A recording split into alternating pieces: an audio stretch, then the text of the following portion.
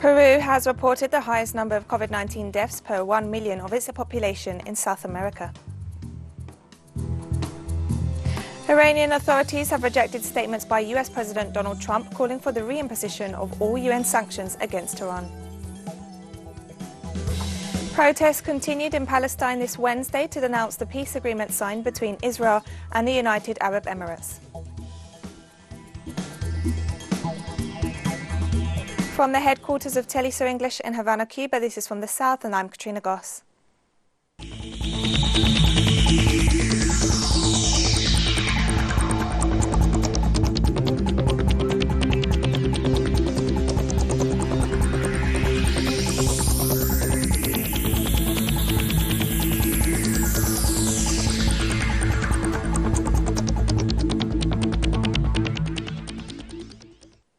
Peru has reported the highest number of COVID-19 deaths per 1 million of its population in South America. According to Health Ministry figures, the death toll now stands at over 26,600. The mortality rate stands at 807 fatalities per 1 million inhabitants, while the number of confirmed cases per 1 million people stands at 16,630. Meanwhile, the Peruvian Medical College has warned of a lack of over 16,000 medical personnel to treat patients, while also urging Peruvian President Martin Vizcarra to comply with employment benefits.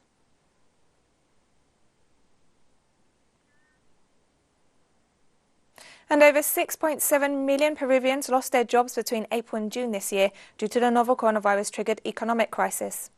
According to the National Institute of Statistics and Information, this represents an employment contraction of 39.6% compared to the same period in 2019. Meanwhile, job offers for women fell by 45.3%. For the youngest workers, aged between 14 and 24, employment dropped by 43.7%, while for people without a university education, employment offers fell by 46.3%. On a national scale, the commerce and service sectors represented 88% of the total job losses, while the construction sector was the most affected, with a contraction of 67.9%. And also in Peru, inmates at a prison which saw protests over a lack of measures in the face of the coronavirus pandemic, which left 9 dead and 67 wounded, have now organized to protect themselves. Inmates at the Lurigancho prison now serve as health officers to alert prison authorities of any possible COVID-19 cases. In each of the 24 pavilions of the prison, these volunteers use digital thermometers and oximeters to check the temperatures and oxygen saturation of their companions. According to official figures, 330 prisoners have been killed by COVID-19 in the 68 prisons across Peru, and another 6,600 have been infected with the novel coronavirus. The idea is to create an epidemiological containment ring within the same prison facility to prevent thousands of inmates from going to hospitals, because due to the saturation of beds and doctors outside, they could die or compromise the health network and occupy beds outside.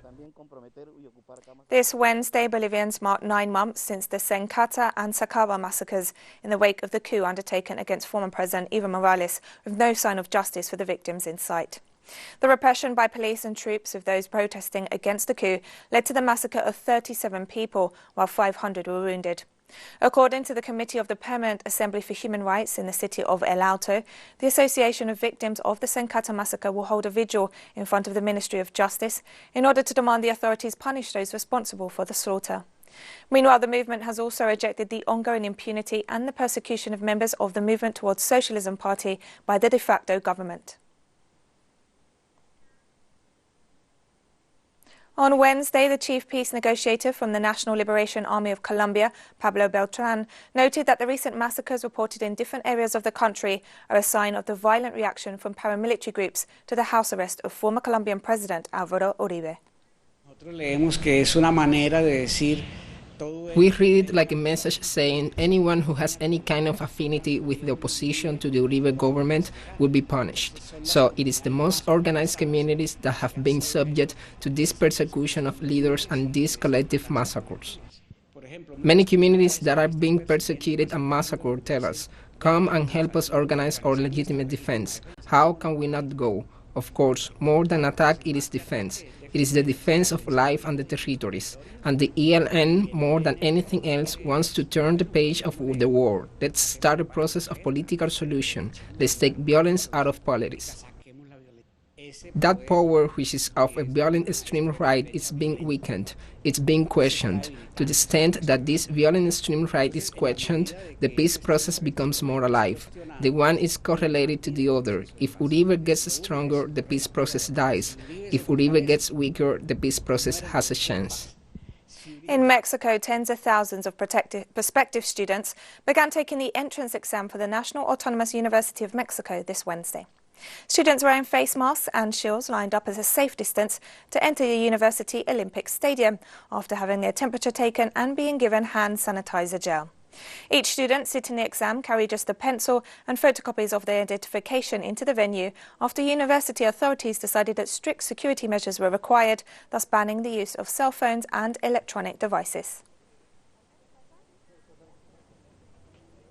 In Trinidad and Tobago, Prime Minister Dr. Keith Rowley and his cabinet were sworn in this Wednesday following the victory in the August 10th elections. The swearing-in ceremony was attended by the President of Trinidad and Tobago, Paula May Weeks, together with the President of the Senate and other government figures. Prime Minister Rowley secured a second term in office after his People's National Movement secured 22 out of the 41 seats in Parliament. After insisting on a recount conducted by the Elections and Boundaries Commission, the opposition United National Congress accepted its defeat, thus clearing the way for the new government to take office.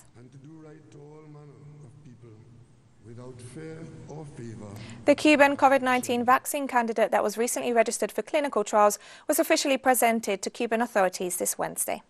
Details of the Finlay FR1 vaccine candidate were presented to Cuban President Miguel Díaz-Canel and the group working to combat the coronavirus in the country.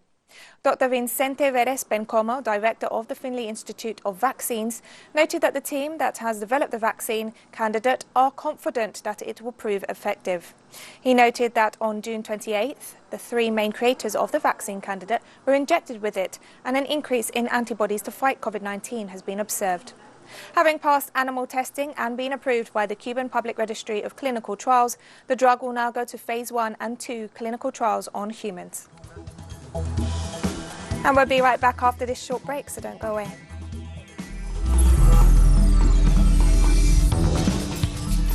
Welcome back to From the South. US President Donald Trump has announced that the United States will demand that all United Nations sanctions be reimposed against Iran on Thursday. The move follows the Trump administration's embarrassing defeat in the UN Security Council in its attempt to extend an arms embargo against Tehran. Trump said Secretary of State Mike Pompeo will travel to New York on Thursday to present the US demand to reimpose the sanctions, accusing Iran of significant non-compliance with the 2015 nuclear deal, which the US unilaterally withdrew from in 2018. The Trump administration is calling to reimpose all international sanctions that had been eased under that deal. Meanwhile, several nations have stressed that the US has no grounds to make such demands, as it is no longer a party to the deal. And Iranian authorities rejected President Trump's statements, noting that the United States is no longer a party to the Joint Comprehensive Plan of Action or Iran nuclear deal. Chief of Presidential Staff Mahmoud Vaesi highlighted that the US had failed in all its attempts at the United Nations to put further pressure on Iran since withdrawing from the deal, while recalling that it could no longer invoke the agreement's so-called snapback mechanism, a provision that allows the countries that came up with the deal to reimpose international sanctions on Iran in the event of a violation of the terms. And Iranian health authorities offered an update on COVID-19 cases this Wednesday. Ministry of Health spokesperson Sima Sadat Lari reported 2,385 new coronavirus cases, taking the total number to over 347,000. Meanwhile, the COVID-19 death toll stands at almost 20,000 after 168 people passed away in the last 24 hours. The cities of Mazandaran, Tehran, Qom and Golestan are among the most affected areas in the country. Iraqi Prime Minister Mustafa al-Kadhimi met with the Managing Director of the International Monetary Fund in Washington this Wednesday. According to a statement released by the Iraqi Prime Minister's office, al-Kadhimi discussed the possibility of cutting a deal with the IMF to support the Iraqi economy to become less dependent on oil revenues and to rehabilitate other sectors to reduce unemployment in the country. IMF Director Kristalina Georgieva stated she admired the steps taken by the Iraqi Prime Minister to achieve economic reforms despite the challenges. And Iraqi Prime Minister Mustafa al-Kadhimi is set to meet with the US President Donald Trump at the White House on Thursday. The meeting is seen as a move to calm tensions between the two countries, while the Iraqi people and parliamentarians continue to stress the need to end any US military presence on their soil. In statements to the Iraqi news agency, legal expert Ali al-Tamimi stressed that the Prime Minister will have partial authority to adopt agreements during the meeting, but that any conclusions reached between the two leaders must be approved by 2/3 of Iraqi lawmakers in the case of strategic pacts on borders, peace or military alliances in line with the Constitution. Russia has expressed its rejection of the European Union's position on refusing to recognise the results of the presidential elections recently held in Belarus and condemned the announced EU sanctions against the country. Russian President Vladimir Putin stressed that any foreign interference in the internal affairs of Belarus is inadmissible. He also recalled that based on current bilateral treaties, Russia can send troops in the event of foreign aggression if the legitimate Belarusian government requests any such support. And Russian Foreign Minister Sergei Lavrov has warned of foreign intervention by Western states in Belarus's internal affairs. We are concerned about what is happening in Belarus. We are concerned about the attempt to use the internal situation in order to interfere in these affairs from abroad.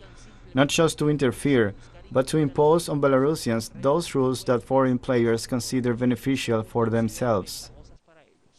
On the occasion of World Humanitarian Day this Wednesday, the French NGO Acted paid tribute to its 6 aid workers killed in Niger on August 9th, while also calling on the international community to include crimes against humanitarian workers on the list of those recognised as crimes against humanity.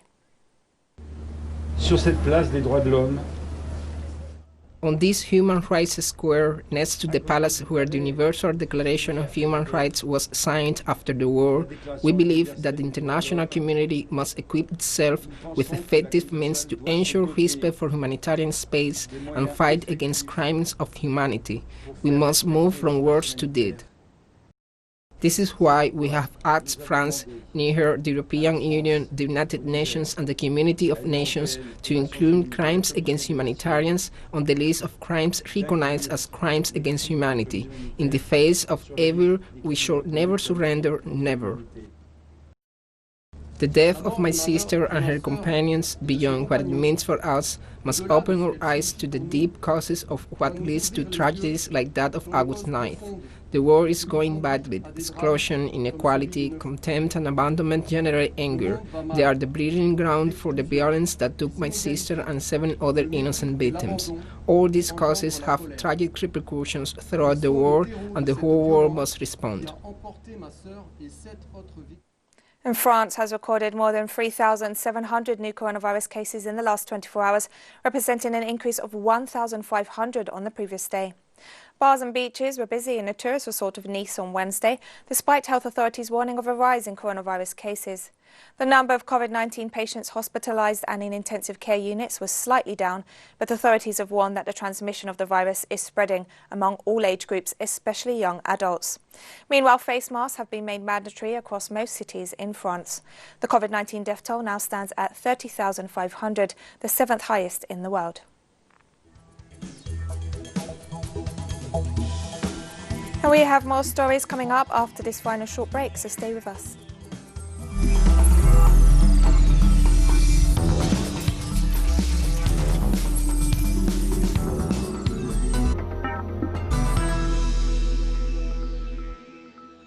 Welcome back to From the South. Protests continued in Palestine this Wednesday to denounce the peace agreement signed between Israel and the United Arab Emirates on August 13th. A message to the international community. The time has come for them to raise the red card for the guns of the neighborhood Israel, for this occupation, whose aggression poses a threat to the regional stability and world peace, and we will remain here in this land and in this country. All political forces are under the flag of the Liberation Organization and the Independent Palestinian State, and the resistance in all its forms is open to us. Today we are talking about a popular resistance, but reviewing the rules of engagement with the occupation is a matter of time. Our presence today with each other and our Palestinian unity, which we practically embody today on the ground, is the most vocal message to the occupation and those who make our normalization, to the US and to everyone else. The Palestinian people today are united and we are in one trench. We defend our rights and we cling to our land, rights and our holy places. This Wednesday, the Economic Community of West African States suspended Mali's membership of the bloc following the mutiny that saw President Ibrahim Boubacar Keïta forced to resign. The organisation also closed the borders of its member states with Malian territory. In a statement, the bloc noted that all financial flows between its 15 members and Mali will also be suspended, adding that the country was suspended from its decision-making bodies. Meanwhile, the group of soldiers responsible for the mutiny and coup against President Ibrahim Boubacar Keïta have organised themselves in what they call the National Committee for the Salvation of the People. In a national speech, the military organisation promised elections within a reasonable time frame. And United Nations authorities have called for a negotiated solution and a peaceful resolution to the internal situation in Mali. He reiterates his call for a negotiated solution, peaceful resolution of their differences, and expresses his full support for the African Union, ECOWAS, in their efforts to find a peaceful solution to the current crisis, including through the good offices of a special representative. Our colleagues on the ground are emphasizing that the work of the UN peacekeeping mission must and will continue in support of the people of Mali and in close liaison with the Malians, including with the Malian security and defense forces in the north and center, where the situation is still very worrying. Likewise, German Chancellor Angela Merkel, speaking on behalf of the European Union, has condemned the military coup in Mali and called on the Economic Community of West African States to resume political negotiations in order to secure a peaceful solution. We condemn the military coup. We are working for stability and peaceful conditions in Mali. The focus must be on the fight against terrorism in the country, and we support the effort of the regional organization ECOWAS to find a political solution now. I believe that it is very important that the ECOWAS member states exert all their political influence so that the best possible solution can be found that supports a peaceful situation. In an interview with Telesur, expert on African issues Reinaldo Bolivar noted that military interventions are commonly used to overthrow governments in Mali. The events in Mali show a certain homogeneity regarding the army, which since 2012 has transformed to play a role in the political affairs in Mali. In March 2012, there was also an ousting of President Amadou Touré by a sector of the army that conducted a similar procedure to this. They abducted him. Then he was taken to a military barracks and was forced to resign. Beyond the public reactions, this has been the procedure. And the analyst also noted that Mali has experienced instability since 2012 following the overthrow of President Amadou Touré and the intervention of French troops in the nation. There is a generation in Mali, which is that generation between the age of 60 and 70, and which has been ruling the country practically since 1994, when Alpha Condé was in power. If we analyze them, each belongs to the same political sectors. After the overthrow of President Amadou Touré in 2010, due to a strong campaign that had defeated terrorism in the north of Mali, that had even proclaimed an independent republic, France conducted an intervention. Since then, there has been instability in this African country, located in Western Africa and, by the way, a country that has a lot of wealth but lives in extreme poverty. On Wednesday, the World Health Organization Regional Office for Africa reported more than 26,000 COVID-19 deaths across the continent. The UN Health Agency said that over 1.1 million COVID-19 cases have now been confirmed in Africa. South Africa is the hardest hit nation with over 592,000 confirmed cases and more than 12,000 deaths. It's followed by Egypt with more than 96,000 COVID-19 cases and over 5,000 deaths. Nigeria is the third most affected country with nearly 50,000 infections and 1,000 deaths. On a positive note, more than 860,000 patients have recovered from the virus. A student protest took place in Nigeria's capital Abuja this Wednesday to demand the reopening of universities and schools closed due to the novel coronavirus pandemic. We demand for the reopening of our school because the school's educational sector is the #1 sector of any progressive nation. We are told that there is a pandemic, and today we are not having any, they are not making any move. Because if you are, they should know that the only way you can find a cure is through research, and researches are done in institutions. We are losing a lot of things: school fees, house rent. Do you know that postgraduate students pay barely? So the more year we stay, the more school fees they pay. It is pay as you go. So house rents are there piling. The federal government will then give us accommodation to pay. 80% of students live off camp. That they open international flights will be open next week. So what is the difference between, why can't you open school? You cannot open school, but you can open international markets. You cannot open school, but you open our religious place of worship. You cannot open school, but you open a marketplace for people to go and buy things. Are they checking people that are entering the marketplace? Are they going with the face mask? Students can take care of themselves in school. And we've come to the end of this news brief, but we finish with a video produced by the United Nations to pay tribute to humanitarian workers around the world, as this Wednesday marks World Humanitarian Day. Remember, you can find these and many other stories on our website at telesurenglish.net and on our social media pages. For Telesur English, I'm Katrina Goss, and thank you for watching.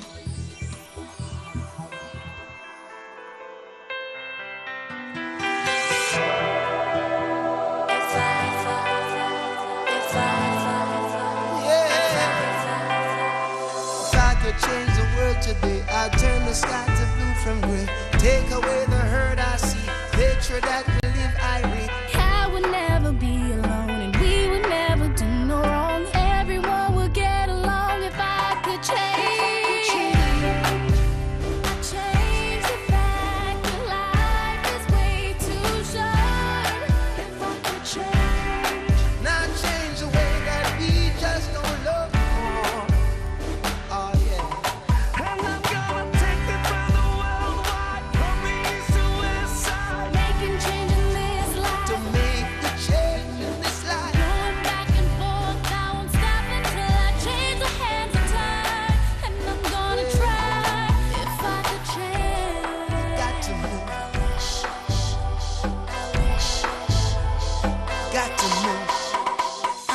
that I could change the way that children die of thirst each day.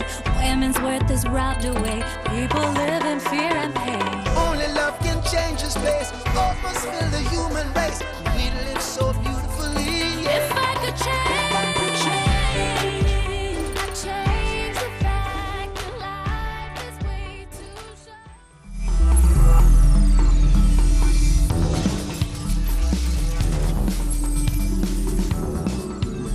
TOBAGO English presents